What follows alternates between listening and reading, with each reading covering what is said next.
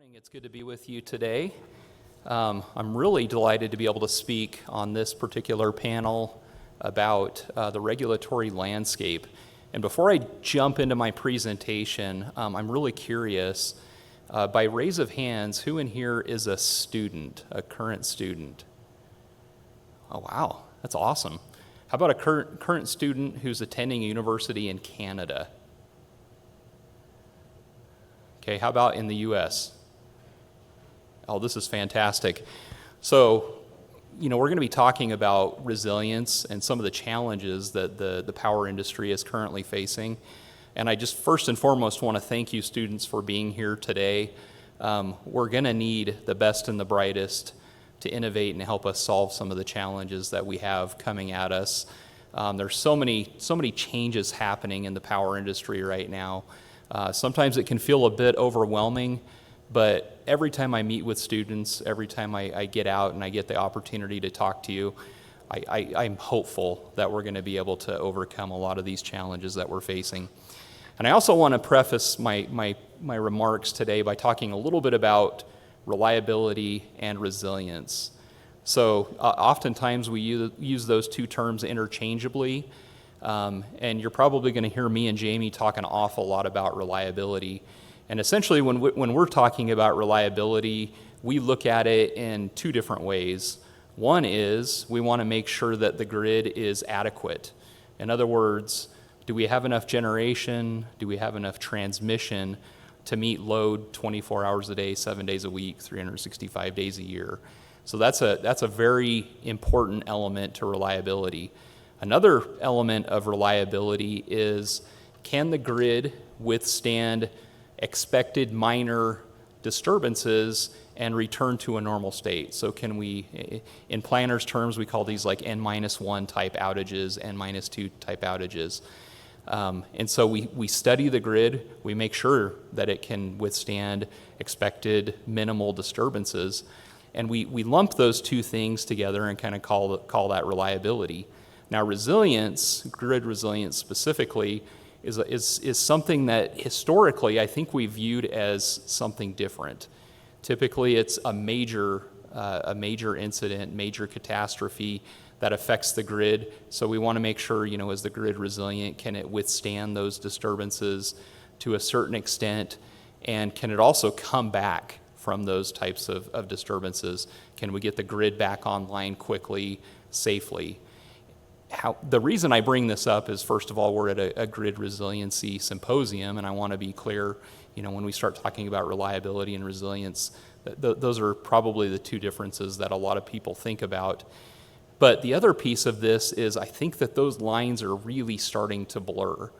So in other words, in the past, when we've done grid reliability studies to determine, what we need to build to maintain an adequate system or a reliable system, a lot of that mindset is starting to shift. And so I think Jamie's probably going to talk about some reliability standards that are now requiring us to consider bigger events, wildfire situations. I'm going to talk a little bit about other types of resilience events related to extreme natural events. And so as we talk about these things, I really do see those lines between reliability and resiliency starting to blur. And it's something that we think about an awful lot at WECC, and I know at the NERC level. How do we start to, from a reliability and resiliency perspective, how do we start to develop standards or guidelines or other types of requirements where everyone is now building a system to withstand these extreme natural events that are just happening more and more frequently? So with that, I may jump to the next slide.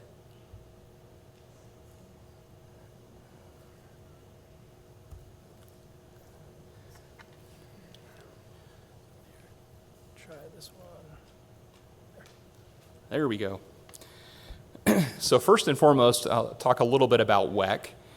So WECC is a regional entity that is responsible for the reliability and security of the bulk power system in the Western Interconnection. So we're the region up there in the blue. WECC Our territory encompasses, all are part of 11 western U.S. states, the Canadian provinces of British Columbia and Alberta, and then a little tiny portion of Mexico in the Baja Peninsula just south of California. So that's our footprint. There are 5 other regional organizations like WECC across the country who have been delegated authority by NERC to do various activities. And I won't go into those because I know Jamie's going to talk about the different authorities and activities that NERC performs. But just know that we work very closely with NERC. Their focus is at the North American level. We work very closely with NERC to make sure that the reliability and security of the grid is maintained. So I too am going to talk just a little bit about some of our observations at the WECC level related to wildfires. So every year WECC sends out a data request to all the transmission operators within the Western Interconnection, and we ask them questions like, please tell us how many of your transmission facilities were affected by wildfires in the last year. We ask them, do you have instances where your lines, your transmission lines may have caused a wildfire. We ask them questions about public safety power shutoff events or programs. And I guess I'll explain that really quick. So what a public safety power shutoff program is, it's a program that typically a transmission operator will have in place, and they'll be monitoring things like wind speed, weather conditions, the dryness of soil, just different conditions, environmental conditions, where there might be a higher likelihood of a wildfire starting. And if they meet a certain threshold, they'll proactively de-energize lines just to reduce the likelihood that those lines would cause a wildfire. So that's a public safety power shutoff event. And as you can see, what we've seen across the West is that over the last couple of years, the number of transmission operators that are employing these types of programs is increasing sharply. So in just 2023, 2 years ago, there were 8 transmission operators in the West that had public safety power shutoff type programs in place, and most of those were in California. I could go back a few years before that, and there were only 3. By the end of 2025, we've been notified that there are 30 entities that will have a public safety power shutoff program in place across the West. And this shouldn't be too much of a surprise. You've probably heard about some of the concerns around the Maui wildfire, the Camp Fire in California several years ago. And so utilities are very conscious about the risk of wildfires, and especially the financial risk associated with causing wildfires. And so along those same lines, we've also seen a sharp increase in the number of states and provinces that are now mandating that different utilities incorporate wildfire mitigation plans. So as I mentioned, in the West, we encompass 11 states. 6 of those 11 states, U.S. states, now require utilities to have wildfire mitigation plans. And I believe both British Columbia and Alberta do as well, or they will in the near future. Along with wildfires, we've also seen a new type of program in place. They're called encroachment events. And so if a utility detects a wildfire coming up to their transmission facilities, they'll proactively de-energize those facilities. And this is an interesting decision because there's not a lot of preparation or planning that happens oftentimes. And so first and foremost, the concern is around safety, as well as different types of risks to the utility, and then reliability of the larger system becomes secondary. As we've heard about today, and I won't go over this too much, but there's also other types of tools that utilities are employing to reduce the likelihood of causing wildfires. or to improve their ability to detect and prepare for wildfires. There's a lot of system hardening activities that are happening, advanced detection techniques and tools. For those of you in the U.S., you may have seen the recent executive order around using AI to help in terms of wildfire mitigation. And so a lot of creative, innovative solutions to detecting and preventing wildfires are happening across the Western Interconnection. And I just included a little snapshot of one of the tools that WECC employs. We call this our WECC Wildfire Dashboard.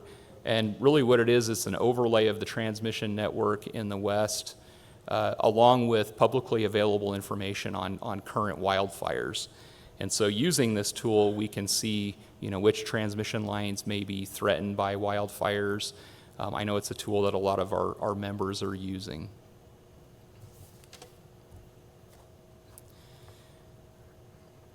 So I had mentioned earlier that when we think about resiliency, we think broader than just wildfires. It really extends to all different types of extreme natural events. I included a couple of recent extreme weather events that the West faced that have really forced us to rethink how we plan and operate the grid.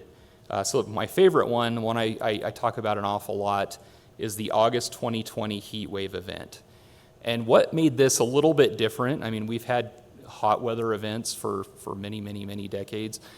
But what made this one a little bit different is just the duration, first of all, and the breadth. So for about a week, much of the western U.S. was engulfed in this heat wave back in 2020. Temperatures were 10 to 15 degrees above normal, and they just sat there. So we were all just sitting in this massive heat wave event. And what we saw was on the first and second days, there was actually load shedding in California because of resource deficiencies. At other times, California could depend on their neighboring states to provide power when they were stuck in a heat wave, but everyone at the time was experiencing above normal temperatures. And so a lot of states were holding onto power, onto energy. There was also other contributing factors. There was some transmission out of service and a couple of other things that really led to some of that load shedding. But we did learn a lot from the event. I listed a few of those things here that we learned from that event. Things like improved day-ahead forecasting, guidelines. We developed guidelines around what utilities should be thinking about considering when they're in an energy emergency alert state. We learned about the importance of resource and transmission adequacy, and specifically the importance of energy adequacy. So for years we had been talking about the duck curve and the steep ramp that occurs in the afternoon, the demand increase that happens when the sun goes down and we start losing a lot of solar generation. Well, we experienced it during the August 2020 heat wave event, and that was one of the major drivers behind the need to shed load in California. Was we just didn't have the energy as the sun set. We lost a lot of solar generation, but load remained really high. Another recent extreme weather event that we can learn from is the January 2024 winter storms. Just last year, still fresh on a lot of minds. I know Canada experienced those winter storms. What we saw was extremely cold temperatures that really settled into Canada and the Pacific Northwest in the U.S. for several days. One of the things that we saw was atypical flows. So essentially the Pacific Northwest became a giant sink. They were trying to pull power from all of their neighbors to get the energy they needed to meet demand. A lot of other lessons that we learned. This was a firsthand experience that we had in dealing with gas-electric interdependence issues, challenges, similar to what Texas experienced during Winter Storm Uri a few years ago. Luckily, we didn't have the same effects that Winter Storm Uri had on the grid, but we were close. I mean, there was gas deficiencies. We learned a lot about cold weather preparedness, and it really taught us the different types of scenarios that we need to consider when we're planning the grid. So this is a list of questions that I came up, or not questions, but different considerations that I think we really need to think about as we start to consider the effects of extreme weather on the grid. We really need to look at the data, the tools that we have available. It's really exciting now that we're starting to use more AI that's going to unlock different possibilities for us. But we really need to look at the information that we have at our fingertips, or what information we need to really understand how we can strengthen the grid in the face of these extreme weather events. We need to understand the impact on demand and weather-dependent resources of these extreme weather events. You've probably heard recently there's a lot of talk around large loads, data centers. We need to understand those data centers, if they're in the middle of a heat wave, what is the impact? I'm assuming that they're going to need increased cooling. How does that further exacerbate the challenge for the utilities that are providing service to those large loads? Weather-dependent resources. So how can things like extended droughts affect hydro generation availability? How can wildfires affect the availability of solar generation because of the smoke effects? We really need to understand generator performance. We need to consider that, and I think Jamie's going to talk about some of the lessons and some of the standards that have come out of recent extreme cold weather events. And I'm not going to go through these. I think I've already gone over my time.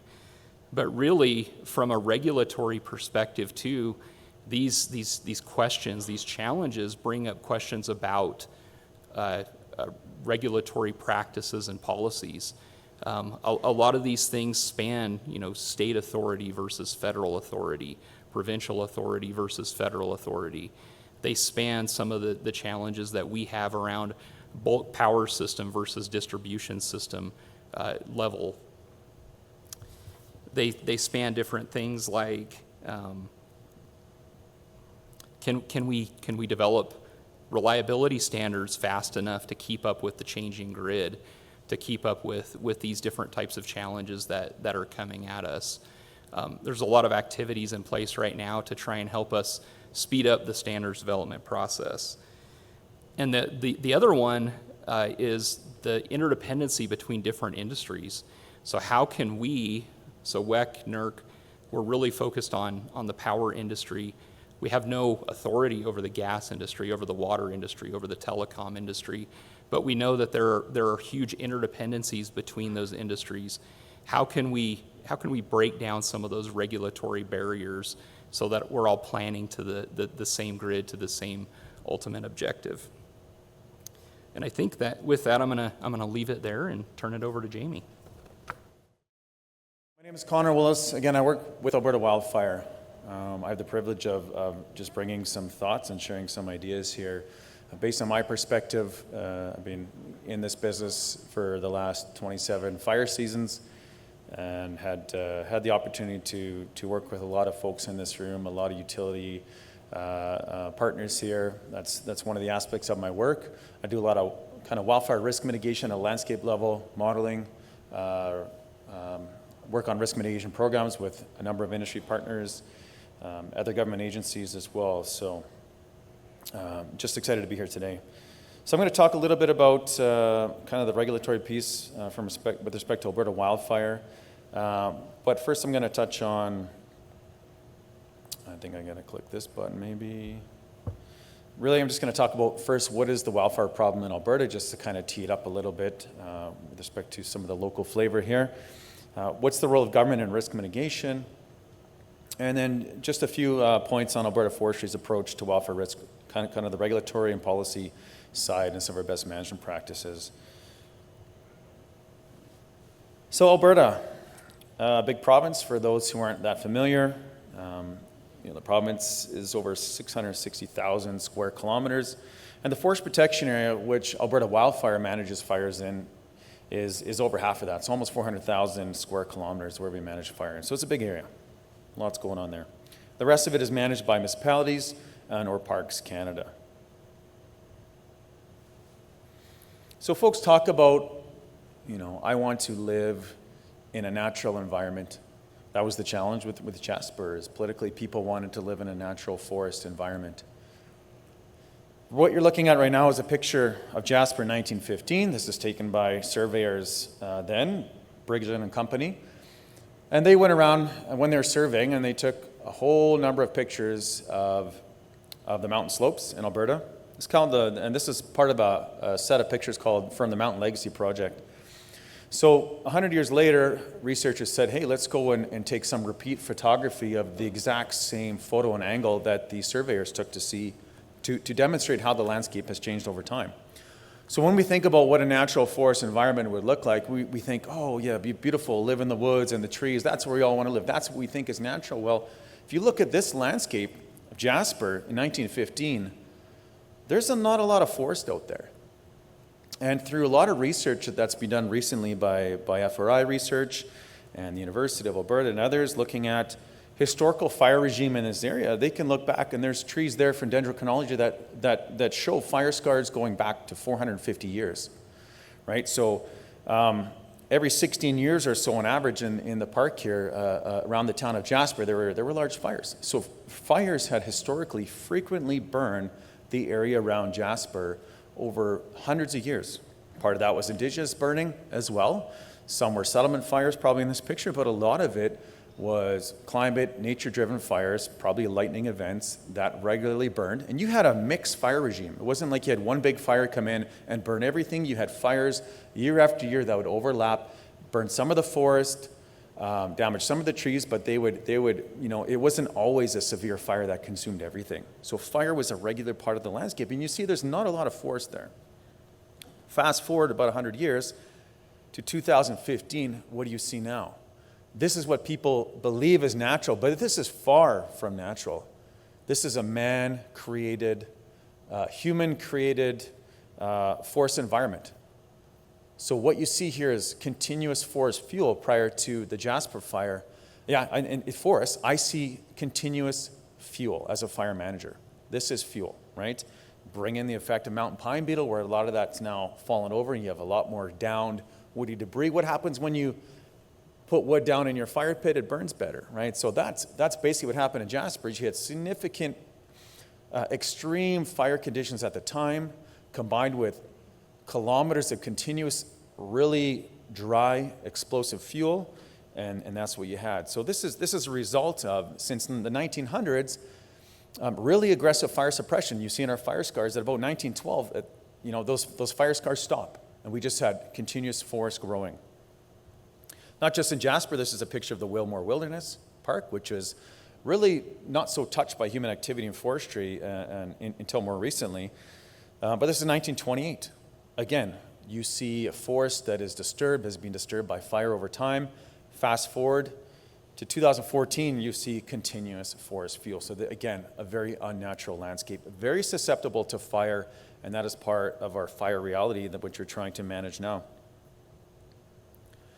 So in Alberta, if you look at recent fire history, the number of fire ignitions in Alberta has been decreasing. We've been doing a pretty good job. We've had a very robust fire prevention programs in Alberta. We bring in policy tools such as fire bans, forest closures, and that has been driving the number of fires down annually in this province in recent years. This is 2006 to 2024, shorter time frame, but yeah, we prevent a lot more fires than we did in recent years. So that's good. But we are burning a lot more area. So we're having less fires, but the fires we're having are larger, and when they escape, they're burning more area. This is 1990 to 2024. You can see there in 2023 with a record fire season, over 2 million hectares burned. It was around 2.4 million. These are fires that started just in the forest protection area on this slide, but over 2.4 or so million hectares burned in Alberta. That's probably around 7 million acres or so, give or take. This year, we're a little bit above the average. I think the average over here is close to 300,000 hectares. We're around 670,000 hectares burned in Alberta this year. Fortunately, fire season has been kind of calming down a little bit. Got lots of rain down south here, and I'm able to join you today. So, one of the drivers behind this issue is, the power line industry. So these are power line caused fires. Again, the trend 1990 to current. or to last year, and that trend is not decreasing. It's been an increasing trend for a number of reasons, and we're not here to point fingers at the industry. It's just the reality of business. We have more distribution, more transmission infrastructure out there now than we did in 1990. Okay, so the grid's growing. Okay, so you're going to have more events. You have aging infrastructure. Okay, so maybe you have more faults. You have older forest. One of the biggest drivers of power line caused fires in Alberta is from vegetation contacts. About 70% from our data demonstrate that, yeah, trees falling down on the line during high wind events, wind gusts, cause a lot of fires in Alberta. Dry spring, high wind events is a problem in this province, right? You have a dry spring, wind gusts, 60, 70 kilometer wind gusts, you're going to have trees blowing down as we did in 2011. We had, about 144 fires start just from power lines, and they're mainly in the spring. So more fires, more area burned in this province, and that trend is going to continue. Hopefully on the power line side, as we bring in some of these prevention programs and risk and mitigation, which we've been working hard with our partners on, a lot of them in this room, hopefully we start to see that line start to flatten. I also think some of the recent numbers are with respect to better reporting by industry. Historically, a lot of industries wouldn't necessarily report all their fires because, reporting our fires is bad. Government's going to charge us or fine us, et cetera. No, we want to know where your fires are so we can better mitigate risk going forward. So probably a bump in numbers from that as well. Alberta's climate has changed. Okay, that's not a new story here, but what you're looking at here is how bad are the fire seasons in Alberta based on our fire data, right? How dry, how well do they support large fire events? And this is again 1990 to 2024, that trend line is increasing. So the conditions that support large fires have been increasing and getting worse over time. Anything over 2 in this is considered a year that would support escape fire events. Again, you would need ignition to line up with this, so you just need lightning at the right time or human ignitions at the right time. But the conditions that support escape emergency fires, like the one that burned Jasper, Fort McMurray, Slave Lake, are increasing, and that's a problem. However, there's some stuff we can do. We're working hard as government and partners here to try and mitigate this problem in advance. We understand that it's going to keep continuing, so we need to have aggressive programs to mitigate this. But what is the role of government in all of this? Should government be aggressively bringing in regulations, saying thou shalt do A, B, C to prevent a certain amount of risk? Should wildfire risk outcomes be prescribed? Should government be in that business of telling industry and partners what to do exactly with respect to risk mitigation? Should we be defining risk thresholds and risk tolerances? All this is being debated heavily right now, and things are shifting in this world. Alberta here in this province, we've been in the business of not regulating things with respect to wildfire risk mitigation overall. We've been a partner at the table saying, hey, we're here to help you understand what wildfire risk is, what the drivers are, what the problem is, and we're here as a partner. We're not going to necessarily come and tell industry what to do. As we know, regulation and policy and legislation is very hard to change in this province, right? And government is very slow, as we know, and I'm the first to admit it. We change quite slowly, right? Industry is quick to adapt, right? You guys understand the problem. You can bring money and resources quickly to change things. And so my perspective, I'm far from the political spectrum, as a professional, is one that, hey, industry understands this problem. If we help them understand, they will come to the table with solutions, help resources. As partners, we can work to mitigate some of these issues. That's some of the perspective that we're bringing. We do have some regulation, et cetera, and I'll get into that a little bit here. So again, we've been a leader in wildfire risk mitigation planning. I chair a provincial task group with a number of partners here looking at wildfire risk overall, again, as a partner at the table. And we've been doing this for decades. Also with the oil and gas industry and other industries, this is not just a power line issue. So again, it's been mainly non-regulatory. We do have the Forest and Prairie Protection Act here and some regulation. In their basic things, basically it says industry shall develop a wildfire agreement and wildfire mitigation. It doesn't prescribe exactly what you need to do. And if companies do that, in Alberta, we give them what's called limited liability. So we actually cap the amount that we're going to charge industry for causing a fire. So it's an incentive-based program. It's saying, hey, if you guys have a wildfire mitigation program, will limit the amount of risk exposed financially for you. And that's good because we don't allow industry to mitigate fully every power line caused fire because, as with Jasper, we limit the amount of right-of-ways they can have or the size of right-of-way because we're trying to balance all the different uses on the landscape. And it's not just Alberta wildfire. We have environmentally protected areas. We have the AUC, the Alberta Utilities Commission. They have affordability and utilities. So we're all the player in this space. So our position is less regulation will probably help us advance things better into the future. Really, we've been focused on guidelines and best practices. We did a bunch of work in recent years with the oil and gas industry in the early 2000s as we had the oil sands boom in this province. We had a lot of fires ramping up really quickly from this industry. So we need to get after that and mitigate things. Again, industry is different all over, right? Oil and gas, it's hard to come in with a cookie cutter approach and say, thou shalt do this, because industry is different all over. Every company is different, how they manage their operations, types of industries, oil and gas and utilities. So it's hard to be prescriptive and say, this strategy will work for all types of industry all over the place. So again, here's some guidelines to work with. Here's best practices. Follow this. We're here as a partner. We're not here to regulate you. We're here to help you. We're here as a partner to mitigate risk together. And then we did the same thing in recent years with the electrical utilities as we developed some best management practices in this province to say, hey, these are things that would be great to do. Let's try and implement as many of these things over time as possible. There are a few things that Alberta is looking at right now. We have the Alberta Wildfire Mitigation Strategy that we're working on. This is something that's in draft and going to cabinet this next fall. In there, this is requiring that power line companies build wildfire risk plans. Okay, well, they're doing that already, so we're already meeting this one. So again, this is just putting it into policy and paper saying thou shalt build a risk plan. We're not going to define that risk plan. Some other pieces in there are, which I push for, again, myself even, very important things like critical infrastructure, which I think is a key one that's been missing with respect to wildfire emergency mitigation in recent years in this province, is that critical infrastructure, if it's infrastructure that supports life safety, community safety, in my opinion, this infrastructure should be protected in advance of an emergency. And Greg actually hinted on that earlier as well.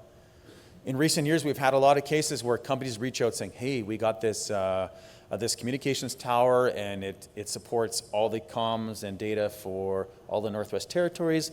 That fire is going to be there today. We need to go and mitigate risk right now. Well, it's a little too late. This needs to be done proactively in advance. So that one I support. It should be regulated, in my opinion, that critical infrastructure should be protected. The challenge is defining what critical infrastructure is. And the other thing is that we're mandating is that Alberta government shall have their own provincial wildfire risk analysis done. The other one, Canada as well, has drafted a Canadian National Wildfire Risk Mitigation Framework. Really, again, this is supporting jurisdictions that don't have a plan in place, and this is, again, about recommendations, not how to, or really about how to, and again, not mandating this for jurisdictions. A couple more slides here to wrap up. One of the biggest pieces in trying to determine how to mitigate fire and do a risk analysis is fundamentally it needs to be supported by data. Doesn't matter what you do, and that's one of the biggest challenges in Alberta is if you don't have good data to support your programs, how do you justify funding and mitigation for that? So I know utilities is working on that. We're working on that. We have good data going back for our fires, but in the municipality areas of the province, we have very poor data. So in our wildfire mitigation strategy, we're mandating it now that municipalities must start providing this data to the provincial government so we can start to collectively understand this fire problem and get after it. So the biggest fundamental piece, again, is data to all this. So quickly, just want to wrap up, and I want to highlight this. One of the most important aspects of mitigation is protecting our communities. And I think this has been one of the biggest failures in this province. And again, being far from the political spectrum, I don't have a problem saying that we haven't done a good enough job in this province and in this nation to protect our communities and build resilient communities. How many more Slave Lakes, Fort McMurray's, Jaspers will it take before we appropriately fund community resiliency, supported by codes and legislations? Why is this still an optional thing? Why aren't communities funded appropriately to bring in those fire smart programs that Greg talked about? right? So when that catastrophic fire rolls in, that these communities are actually resilient and we don't have huge losses. Communities need sustainable funding long-term. And without that, Jasper won't be the last. And I don't think it will be in the near future. We're going to have more losses, unfortunately, in this province. So again, there's a plug for Fire Smart Alberta, Firewise US as well. Let's work together. Let's support its partners here, community protection, working with their communities. Industry will be a big leader in that going forward, working collectively to better protect communities, our homes, and our business. So that's my message. Thank you for your time. Good morning, everyone. I'm really, really excited to be here. I hope everyone also was able to get some time Monday to celebrate the holiday or give honor to that. Really appreciate the expertise on this panel. The sheer nature of the cross disciplines that we've been talking about, and that interlink between, if I could put it in a word, would be preservation. We talk a lot about resiliency and reliability and security, and it's all about retaining those particular systems that we're focused on. These things are integral to not just life, but also just our society in general. All of those interplays between if the electricity goes down for an extended period of time, we lose water, we use telecom, we lose access to food trucks, and all of the information goes down. It becomes really challenging as we get into how do we protect something so vast, which we kind of referred to as the largest system ever created. When we talk about who is NERC, we talk about starting with who is the ERO. So the impetus of NERC actually goes back well into the 70s, a council of industry experts who were sharing guidelines, sharing expertise, and people just coming together as subject matter experts in the electric industry field. After 2003 blackout that took out the eastern seaboard, things changed. Within at least the U.S., we have the FERC, who's under the U.S. Department of Energy, that really gave us the authority through an act of Congress to be this ERO with the regions and develop standards. We analyzed the grid. We have situational monitoring that's happening. We train reliability coordinators and transmission operators to a common set of expectations and provide those credentials. We look at evaluating performance. We look at future ahead, evaluating risks, what's coming, what can we prevent. The disturbing trend, of course, is that we're seeing less time being spent on preventative measures and more being spent on mitigation of in-place issues. So there's a lot that NERC does outside of standards. My world is very much in the standards world, where we talk about what is the known risk, what's been quantified, what's been qualified, and just there's so much data to work with. And then what are we going to do about that? What is that minimal set of expectations that we need to raise to ensure that everyone's doing something equally? There's a lot of good players, good citizens of the grid out there who are doing their best to ensure that they're operating reliably. But I could probably take in the same way you could take an event analysis and come back to some single root cause. Invariably, and this is my personal opinion, everything comes down to some level of complacency. And from that, standards is really where the solution has to be put into place to address that level of inconsistency or complacency across implemented practices for what industry's been doing for decades and decades. We heard constantly, it won't happen here. We don't have that particular issue yet. That's not something that we need to worry about. Climate change is, that's in the distant future. And the unfortunate reality is those issues are here today. So the ERO, this is of course NERC with the regional entities. There's 6 regional entities, and we have the MOUs with. We do cooperative functions together. We do quite a bit. We're improving the cyber and physical security. Those two things are thought of very much in tandem. This could be anything from physical attacks on substations, where we identify what's critical. There's been some debate on that and how we're going to expand out what that means. Previously looking at just one station that, if attacked, could destabilize a wide area. Well, there was an attack that was thwarted in Baltimore last year, where they almost took out 3 different stations that would have collapsed the entire city and the surrounding area. These things we're having to pay a little bit more attention to. So there's a lot more integration with our EISAC, which is the Electric Information Sharing Analysis Center. They're in the depths of like doing war games and practicing with industry to ensure there's that coordination built in and practiced.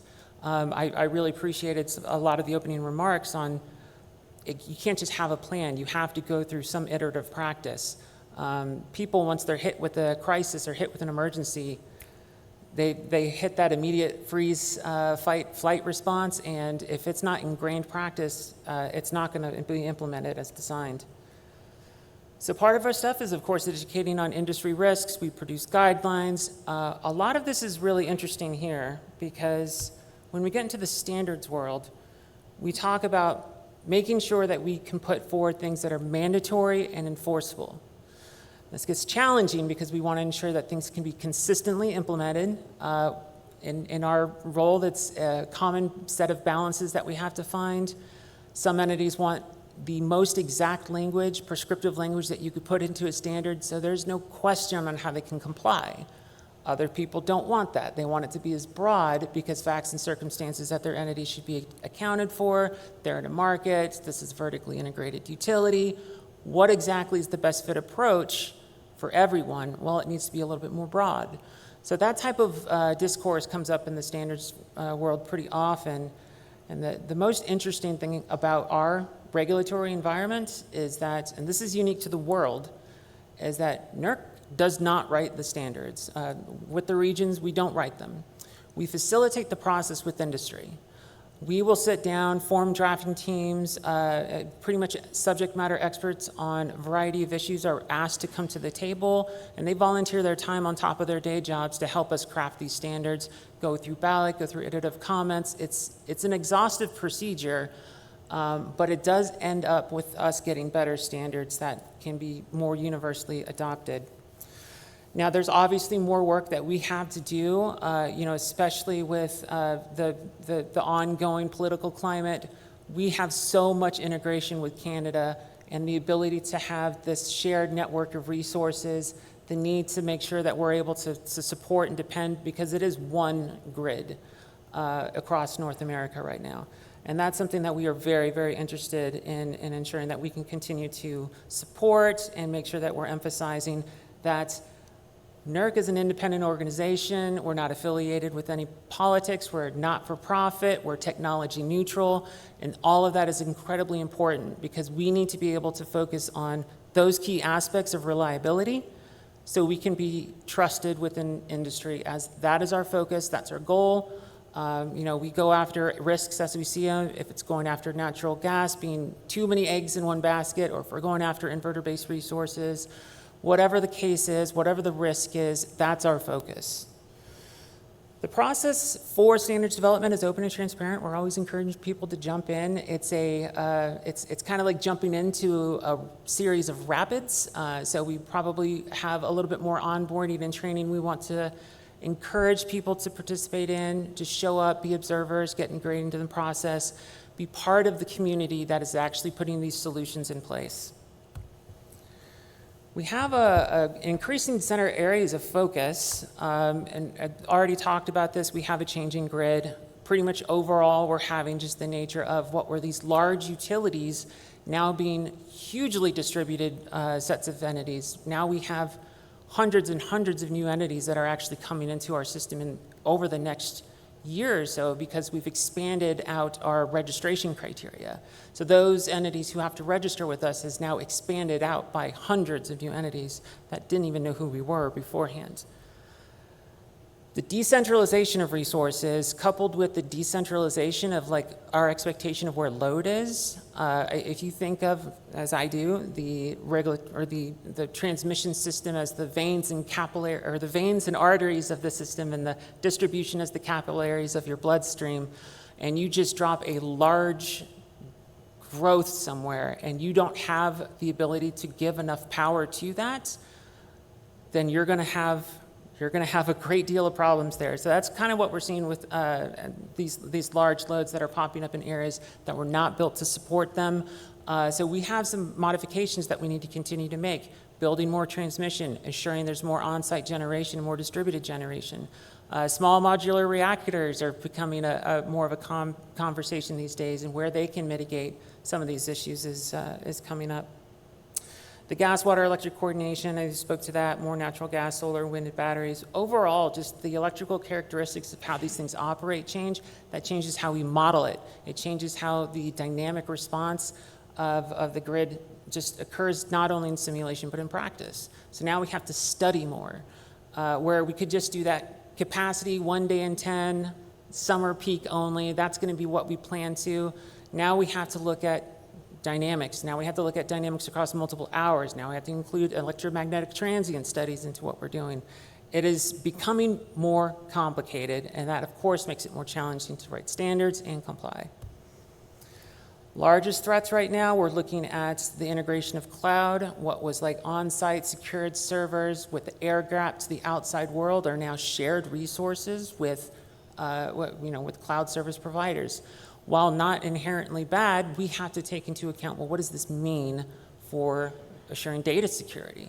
Being able to access data that should not belong to some, certain parties. There's consistent attacks from various bad actors and terrorist organizations around the world, and those are routinely monitored and thwarted. But that doesn't change the fact that we have to be vigilant as well within an organization to inform, make sure people understand where those threat vectors can come in. We have changes to our standards that necessitate a huge amount of new disturbance monitoring equipment that needs to be installed. Well, there's not a lot of new vendors or manufacturers for those, so did we just potentially introduce a supply chain concern if you just start having people dumping maybe unsecured products in there because people are rushing to comply?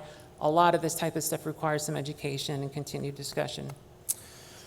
That, of course, extends to digital. I don't know if everyone has heard some of the more fun digital hacks in recent years. SolarWinds, several years ago, I think this was 2021, this product was used by a lot of different organizations, including U.S. federal organizations. An intern came in and set the default password to SolarWinds123.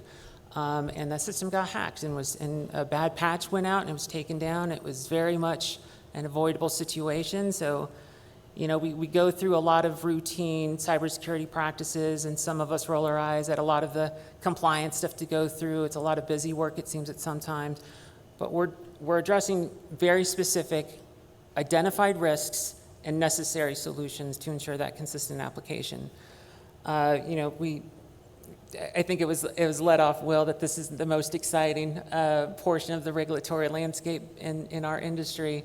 But when not done correctly, what we're thinking of is communities out of business, losing power. And in some of these recent events, the Winter Storm Uri, Winter Storm Elliott, like all of these various, the wildfires, of course, we're seeing so much more of this, and they're escalating, that this is now just threat to life is what we're talking about current day. So this is very important, very much encouraging the people who are interested in pursuing particular solutions across the board to get involved, even if it's not like at a region or at NERC, within your own communities and within your own companies. There's a way to get integrated into this and be informed, at least be aware to where you can provide your own feedback and give observations to the drafting teams so we can incorporate those. There's a couple projects that we have in the queue right now. Looking at extreme weather has come up more often. As I said earlier, we have traditional transmission planning that said, here's one entity type. They do transmission planning. They do the contingency analysis, and they run a variety of studies and say, what is the mitigation action that I have to put into place, or corrective action plan? It may be installing a new line. We don't tell them how. NERC standards should be saying who, what, when, but they do not get into how, and that is by design. People need to be able to comply in a way that makes sense for their company. Historically, we do have some standards that don't do that. They're very prescriptive in types of communication protocols, or that three-party communication where you repeat things back.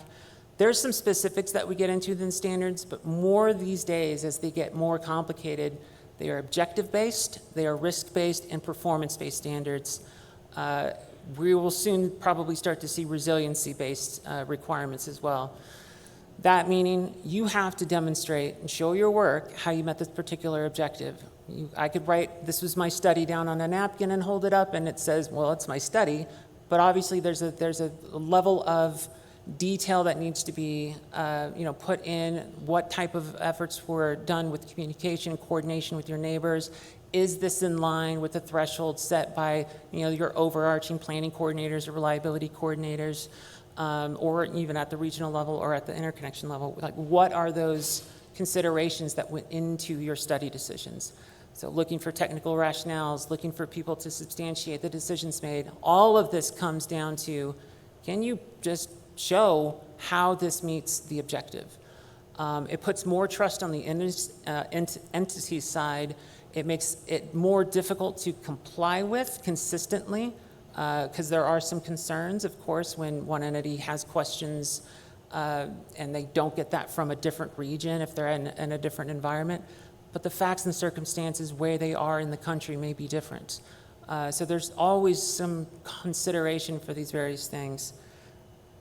So we're looking at energy assurance, of course, capacity level planning when we're looking at that. What is the most amount of generation I need to supply my peak load in a year? And obviously, I think Branden was pointing out that's not the case anymore. Now we have to deal with ramping issues. Now we have to deal with issues where we have just a drought of not only water, but wind. We've had huge instances of like decreases in wind production in like a shoulder month period, and it caused us to need to drop some load, or some of the system operators to drop some load.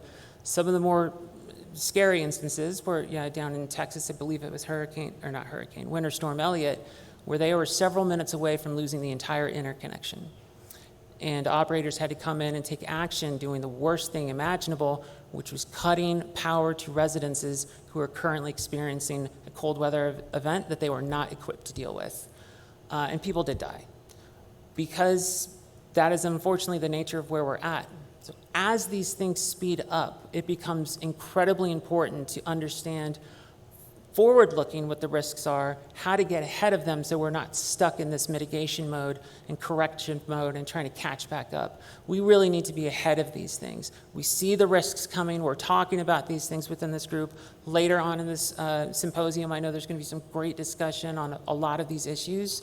So I'm really looking forward to that conversation myself, because these are currently being discussed within our working groups and within the drafting teams that are working on them. So if you're interested, let me know. Come at me at the break. I'll share some info just to get you how to get involved. If you'd like to just listen in, just get a little bit more information, I would love to share that with you, just to give you a little bit more insight to what we're doing. With that, I will hand it back over. Slide here really serves two purposes. It's to show you kind of our regulatory landscape. It's also for those that aren't kind of embedded in industry to get an idea of, as you're at this conference networking with some of the Alberta industry players, who you're talking to and kind of where they fit into the regulatory landscape. I know regulatory landscape is kind of the boring side of this. My other colleagues at the AESO that will be speaking later will come to you with more exciting things about what's technically happening on the system. But maybe to start off at the top here, we're at the very top of our regulatory structure are Connor's colleagues in the Alberta government on the utilities and affordability side. So there sits our minister, who is going to appoint the boards of the agencies. The ones that I'm going to focus on today are kind of more the AESO and the commission boards. And then there's the other side of government, which is the departments and the folks in the department. And they're going to assist elected officials. They're going to work with agencies to produce the statutes that are kind of sit on top of the, they are kind of dictate the roles, responsibilities, authorities of the various agencies and industry players. So born out of the Alberta government are kind of the governing statutes. I won't get into too much detail here, but the main ones in Alberta are the Electric Utilities Act, the Alberta Utilities Commission Act. Right? Out of those come the roles and responsibilities of, thank you. Out of those, this makes much more sense now. Out of those, we'll go, so we talked about government on the blue line. Out of them comes the kind of key statutes and regulations in Alberta. I'm gonna, in that yellow, in the orange there, I'm gonna focus on kind of two agencies that exist in Alberta. The first one being the Alberta Utilities Commission there. That's our regulator. For our American counterparts here, that's the provincial version of FERC. And then the other one I'll focus on, home for me, is the independent system operator. So that's the AESO, or the Alberta Electric System Operator, is the corporate entity that performs the role of the AESO in Alberta. Okay. And then under there is the industry players. So you'll see some of them on the sponsors of this conference. Just going across the board there, we have a market structure in Alberta. So generators are part of a kind of in a deregulated space right now. Just by example, some of the big generators in Alberta are companies like TransAlta, Capital Power, right, NMAX Energy. Right.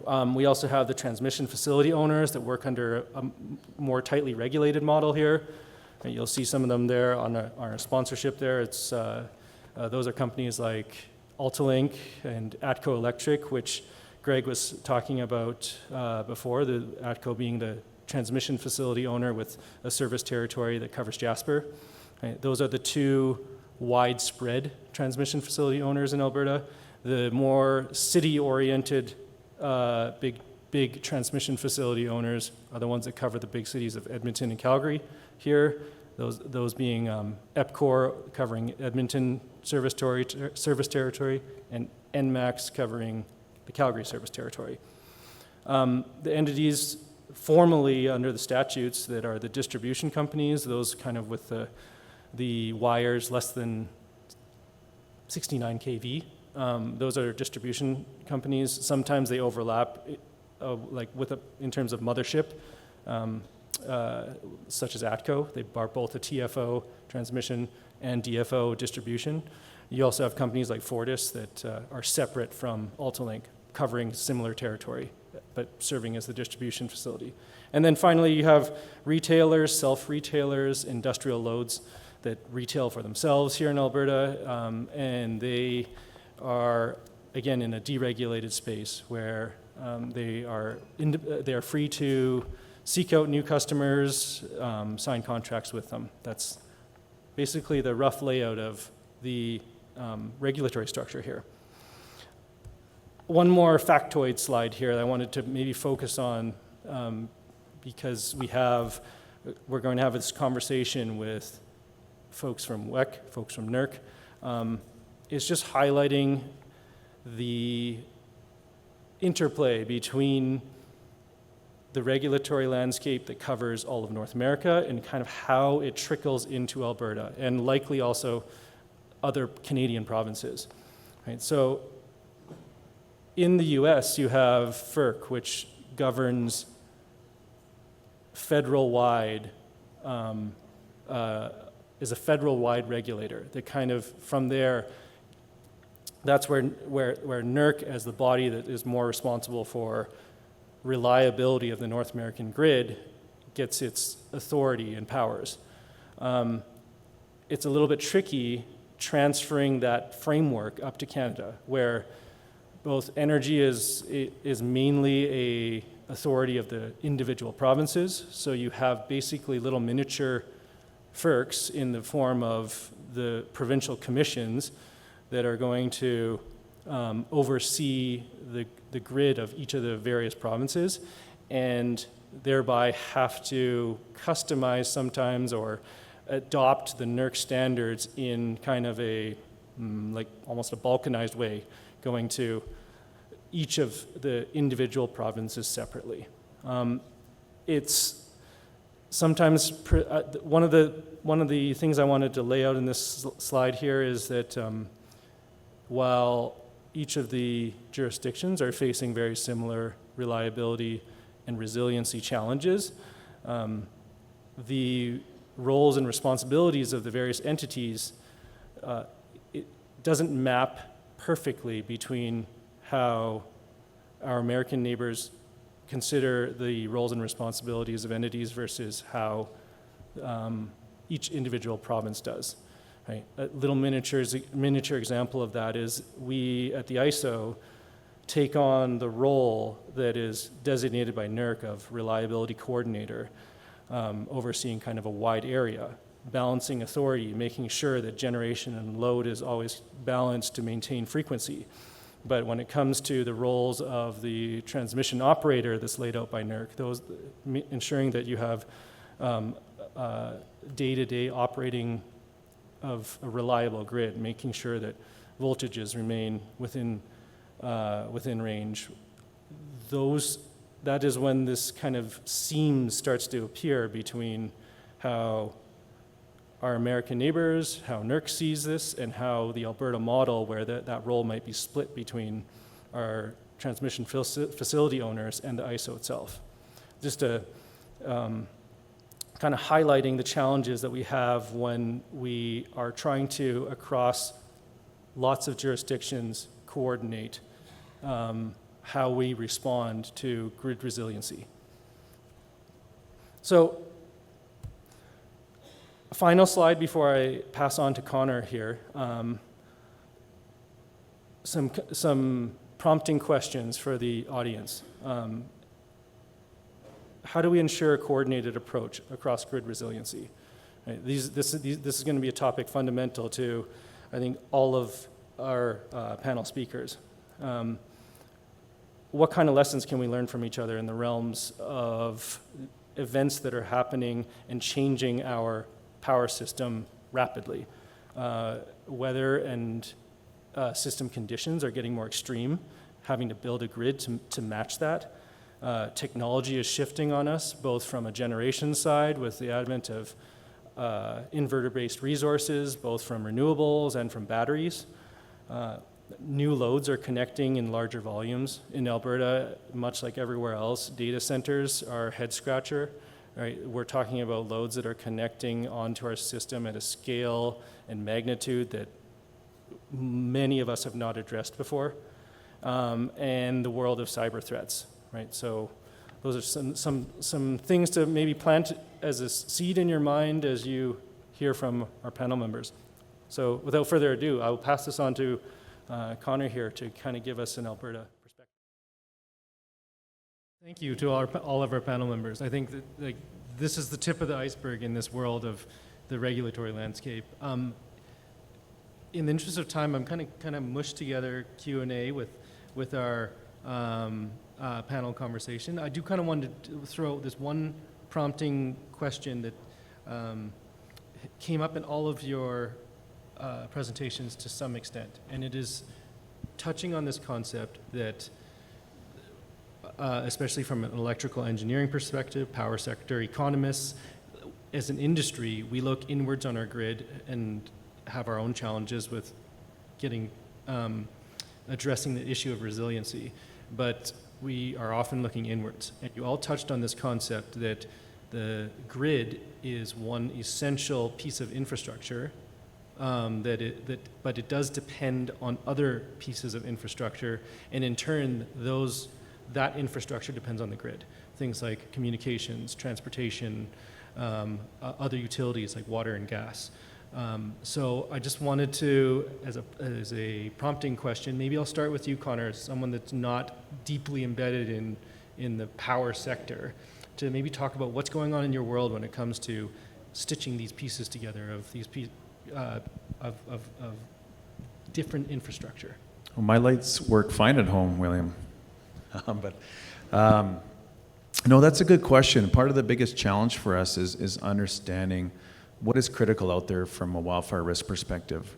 We can throw all the air tankers in the sky and helicopters and go chase fires, but are we putting them where it's most important? When we have 100 fires on the landscape, we need to understand what we need to protect, right? So the more data we have up front to do that, the better we're able to mitigate and prepare and respond. And one of the pieces of that is understanding, okay, you have transmission, you have distribution, but it's what is at the end of that transmission distribution line is the value. So in conversation with power companies here is they don't have that data at their fingertips. They just can't point and say, hey, this is critical, that's critical. They don't own that asset. They power that asset, but they don't own the asset. So this is part of the whole partnership where we need to bring in all players to the table to have these complex and challenging conversations about what are regional values. How do you put your finger on that asset that supports regional economies, provincial or state GDP figures, then say, okay, that's important to public figures because, or to the public, because what may be important to a company and their shareholders may not be necessarily important to the public, right? So we need to tease that out at a very high level and agree as emergency response organizations, government, and industry that, hey, these are the critical assets out there. This is where we should be investing our mitigation dollars, and then again, from a response perspective too. So I'll jump in. So a couple of months ago, I participated in it was a Western States tabletop exercise where they invited people from the gas industry and people from the electric industry to sit together and run through an extreme weather event that looked awfully similar to January 2024. And, it was a real eye-opener for me. I think, especially since Winter Storm Uri, we've really started to understand the strong interdependency between the natural gas and the electric sectors. But to sit through this tabletop exercise, we speak such different languages. From a regulatory perspective, we're regulated differently, and I've heard some push at the federal level in the U.S. To start regulating the gas industry, similar to what NERC and WECC do on the electric side. But it's definitely becoming a huge risk as we think about single points of failure. We're going to have to start considering how these different sectors are tied together. And Jamie talked about the cybersecurity side. I mean, that really ties everybody together. I mean, when you start messing with communications networks, you're going to impact the gas sector, the water sector, the electric sector. And so it just feels like the world that we're entering is more intertwined, and it's going to require a lot more coordination and potentially regulation that will push us to work together better. Yeah, I spoke briefly to that physical security question, example that came up. This was just as a case example. We were looking at single stations attacked, and then we sat down with FERC and a couple other folks in the organization, and we were looking with some state regulators, and essentially there's concern now, like what about coordinated attacks, because we started to see more of those. So even just that concept of, well, that's purposely done. Now we have to start thinking about the aggregated impacts of small things. So that we even have a new standard that's looking at low impact or like a low cyber risk. So a lot of new solar coming on because they are individually smaller, they have less security required than some of the larger generators. But in aggregate, they are substantial. So now how are we treating that, and what are we going to be looking for? So it's the concept of what's critical becomes extremely nebulous depending on what imagination that the bad actors have. And it's hard to predict that. It's hard to prevent that. We can't gold plate everything. There's going to have to be continued awareness. I also just want to say I love the conversation considering the community outreach, building relationships with law enforcement. It extends well beyond just one utility or even one industry. To that end, I think I'm going to segue into what I'm stitching together as a theme of questions that's related to a little bit about determining what's critical, but also weaving into this notion that as entities that are responsible for developing policy or developing standards, you are going to inform industry what they need to invest in order as either preventative or as a means to recover well upon an event. But a concept that's coming through in some of the questions is a little bit of at what cost, right? And where in your world does that weave into the development of policy or standards, right? We could gold plate our system and try and think of every conceivable event, probably not get them all, and make plans for them. But where does the consideration of cost to the end use ratepayer come in when you're thinking about policy and standards? This is the type of stuff that makes this job pretty exciting because there's no one answer to that. We have to take into account, not just because we're required to, but just by the nature of what's practical to be implemented, what's a reasonable cost. If we're putting an unfair requirement on people who will rather actually just deregister and deactivate their units versus having to, come into compliance because it's more expensive to do that, then we've missed something. However, we also can't just leave a particular risk on the grid that we know that we need to address.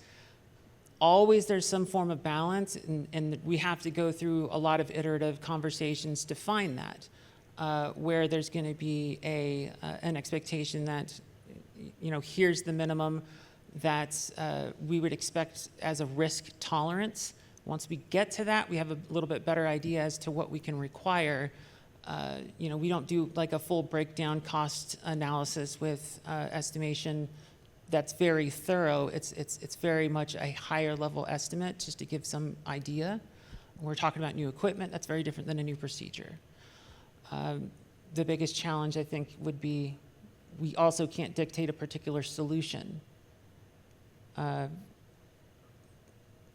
In most instances, we can't say, must build this. So, I think the other thing that's kind of unique about the reliability standards is they're developed by industry.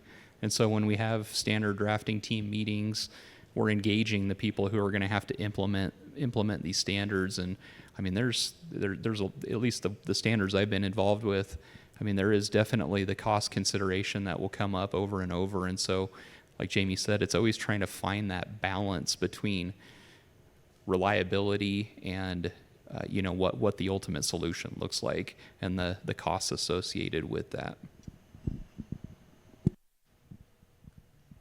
Yeah, I think one of the biggest keys, and you hit it on, Jamie, is having that risk tolerance. But you need to have that risk framework in place. You need to understand that holistic picture. We've been challenged in the province to do that. Is you need an apples to apples assessment across your whole jurisdiction. So that as a plan's developed over here and over here, they mean the same thing. So they're not conflicting, and there's no rubs with respect to, okay, what is the highest value? But if you're able to do that risk assessment, it's clear. You have that clarity around, okay, what's most important, and then you can set that risk tolerance level, and that's going to define your funding at the end of the day. And then you can then at least prioritize that funding. Alberta's working through something called the Alberta Hazard Identification Risk Assessment process right now. This is being led by the Alberta Emergency Management Agency. This is new. This is being able to better quantify risk for different hazards across the province. We're starting with fire and flood. And if you're able to quantify that risk on to your value, and everybody agrees that's the standard, it's much easier to make those collective decisions with respect to how we need to mitigate and what we need to mitigate. So.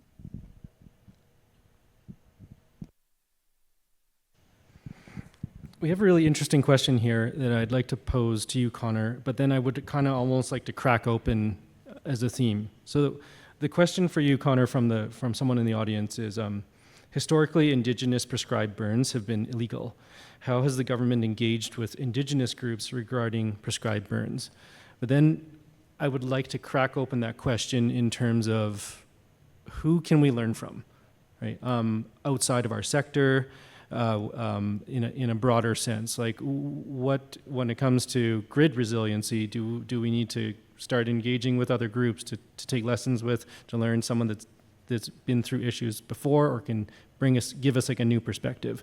So Connor, I'll start with you regarding that more direct question about Indigenous prescribed burns, and hopefully your answer can give a little bit of time for Branden and Jamie with like a kind of a tough one. They can have the tough one for sure. No, that's a great question and point. Actually, we work closely with Indigenous communities across the province. We understand that one of the historical drivers behind our fire regimes was partly from Indigenous burning. We call it prescribed fire, but to them it's a cultural being. It's an important piece of their culture, whether it was for increasing the amount of berries for picking, whether it was creating habitat for a bison, whether it was to use as a warring tool as well. There's a whole number of uses out there. Or to protect their communities, they would burn off grass around their communities because, and in the event of a fire, it was the earliest fire smart treatments we ever had over time. So we've had many conversations with elders and communities over decades around this. There's a lot of anecdotal evidence and traditional knowledge that we've obtained from Indigenous communities across the province and their elders to understand, okay, how did you implement this? How did you use fires? And at the same time, we've employed Indigenous communities and peoples over many decades. They're the backbone of our wildfire management agency. They're the ones out there helping us, do the prescribed fires and implement these programs. So they're a key component of it. And more recently, we've been trying to bring back more prescribed fire on this landscape. And it's that political spectrum about how much fire is enough. Well, we need a lot more fire. We understand, working with our elders, is that if you want to mitigate fire in the landscape over time, you need to bring back prescribed fire. You need to disturb the landscape. So that thinking is driving our fire mitigation programs with respect to removing that fuel in the landscape, which we talked about earlier, through the use of prescribed fire, ramping up those programs. And because that's one of the biggest ways we can prevent some of these catastrophic fires that have kilometers of continuous fuel. You need to break up that continuous landscape and prescribe fire. And fundamentally, that comes from traditional knowledge.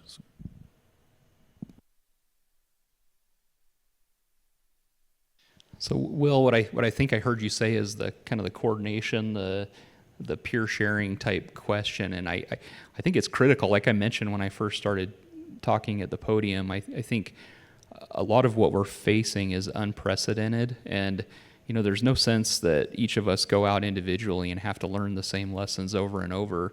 Let's come together and share best practices, share experiences, and learn from one another. It's one of the things that makes this industry so great. I will say too, and here's my plug, and I brought this up not too long ago at another conference, but the West has something that's really great in terms of being able to bring together like state commissions. And a lot of the challenges that we're facing are very complex and require a pretty steep learning curve just to understand what the real risk is. And so I really appreciate the fact that the West has this group of Western commissioners that gets together to talk through these issues, because I think that educational component is sometimes just as important as thinking about the solutions and how we overcome some of these challenges. But once again, a coordination is key on a lot of these challenges, and we're going to be a lot more efficient and effective if we can come together and learn from each other on these different experiences. I'm going to give a weird answer. Who's seen a murmuration of starlings? Okay, not many people. If you go Google it and go look up a YouTube video, it is the most intricate, beautiful dance of birds. And at the end of the day, they follow 3 basic rules. Fly towards the center, fly with the pack, leave enough room between you and the other bird. The reason I say that is because when we get down to over-analyzing any particular issue, some form of analytics in either market analysis, or we're looking at a transient system analysis, what we're doing with all of that data is isolating the things that we can't make any modifications to. We have these tools, they're the tools that we have, we can't replace those. Isolate those from decision making. You have a series of things that are just based off of feedback loops from like market products. You put something out, you get a response to it, and if you act off of those, you're still not getting to the core issue. So you got to push that aside. What you need to get down to is the core things on how you map risk to the impact of what you're studying. And that risk framework, as Connor pointed out, is exactly that thing. Being able to quantify and understand that mapping of the risks to the impact it has directly in the most simplified way possible. There are so many different disciplines that do this exact thing. And so I would encourage looking at things that are just even outside of electricity or outside of this particular utility, because that same thought pattern could be used in a variety of different circumstances. Those are three really thought-provoking, inspiring answers. So I think that is probably a really great place to close out here. We have a couple more minutes? Okay. Well, maybe to that end, I'll capture some of these questions more thematically, honing in on something you said, Jamie, and that is that when developing policy or developing standards, if you get too granular, you're going to miss the mark, right? So what are the tools either in your mind or in your organizations that you're using to ensure that you I'm going to almost paraphrase what you're saying, was like keep your eye on the ball, right? Rather than have such a prescriptive requirement that, yes, it's easy to do compliance on, but it's not achieving your outcome. Yeah, I mean, there's various approaches on that. So sometimes we'll just take something out for informal comment and let industry tell the drafting team. We'll advise, bring compliance experts in, engineering experts in, and to provide their own experience and basic evaluation. We encourage people as well, if we can make it more broad and then create what we call implementation guidance, to say, we're going to also, in conjunction with this standard, provide an example of how to comply, to be able to build context in how it should be understood. And then NERC would then endorse that as one way to comply, just to be able to kind of give a little bit more context to that, because a lot of the fears aren't so much like, I won't know how to comply. It's very much, I'm worried how this is going to be audited, and it's going to be audited differently than how I expect it to be complied with. That's always a constant conversation, Branden. You know what I'm talking about. It's a constant struggle where we want to make sure we provide enough guidance, but we can't tell them how, because that gets down to the too prescriptive language. So it starts with the conversation, bring more experts in. Yeah, and maybe I'll segue that a little bit further. Is I think as a policymaker, a regulator, one who's enforcing those requirements, is to ensure that whatever you're requiring of industry, that you're looking at that and making good use of it and good value of that information. So I'll use an example. There's a plan which required of oil and gas industry. It's a wildfire control plan, and in there historically we used to ask for a whole range of requirements. Provide us this, provide us all these locations, et cetera, and they would have to send us pages and pages and pages of information. And then I took that back internally and I looked at this and I did a deeper dive, and I said to our folks internally, I said, you guys prove to me as regulators that we are actually using this data and all this information. And kind of everybody looked around the room and said, well, maybe we're not using it all. So we cut out 90% of that requirement and said, let's focus on the key things in this plan that we actually need to tease out, that data that's crucial to protecting life safety. From that, it made the submission from industry significantly more efficient. We had huge buy-in from industry after that. They have no problem providing this data, and they justify, and they say, this is great, Connor, this is the best submission ever in government. So, I encourage folks to really look at those requirements, that policy, that regulation, say, are we using this? Is this informing risk mitigation? Can we justify the collection as? Because at the end of the day, you need to then have additional resources as a regulator to go out and evaluate that, right? So again, it increases costs for everybody. So really justify those programs that you have in place and have those conversations with industry to say, hey, is this working? Is it not? And if it's not, let's cut some red tape. Let's make it efficient for everybody, right?